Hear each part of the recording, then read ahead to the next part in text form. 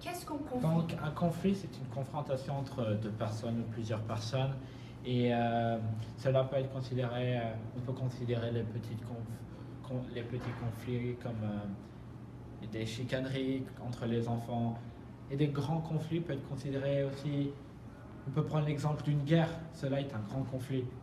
Et il y a différents types de conflits. Il y a dans la famille, au travail et les amis, bien sûr. Et donc, je vous donne un exemple de famille. Dans la famille, ta mère, elle peut te demander de te faire tes devoirs et toi, tu n'as pas envie de les faire. Bien sûr, il y aura une confrontation. Dans, Au travail, euh, tu veux faire quelque chose. Bien sûr, tu veux pas faire ton travail et puis ton boss te dit de faire ton travail. Là aussi, c'est une confrontation. Et les amis, tu peux utiliser l'exemple de quand tu joues contre un de tes amis dans une équipe.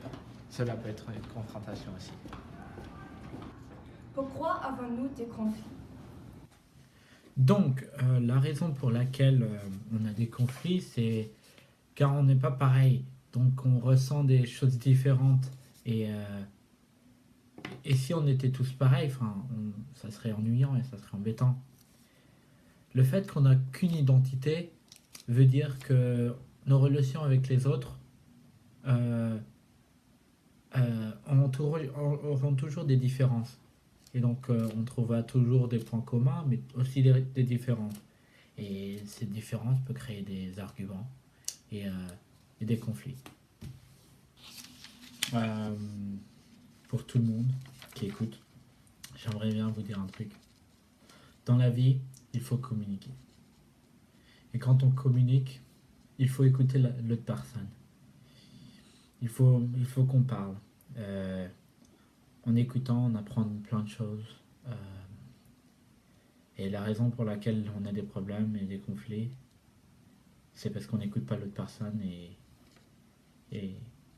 on crée une tension entre deux personnes qui voilà, se confrontent. Et en même temps, j'aimerais bien vous raconter une petite histoire.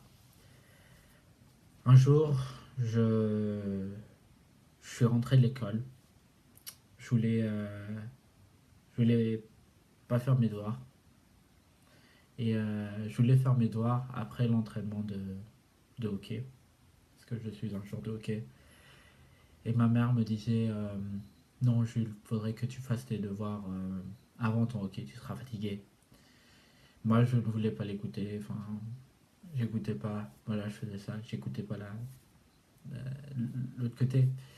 Et ce qui s'est passé, c'est que je suis allé à l'entraînement sans faire mes devoirs. Et je suis rentré de mon entraînement et j'étais fatigué, j'ai pas pu faire mes devoirs. Et en conséquence, j'ai eu pas une bonne note. J'ai eu un zéro sur mon devoir qui en, en fait est mal parce que j'aurais pu faire mes devoirs avant et j'ai pas pu.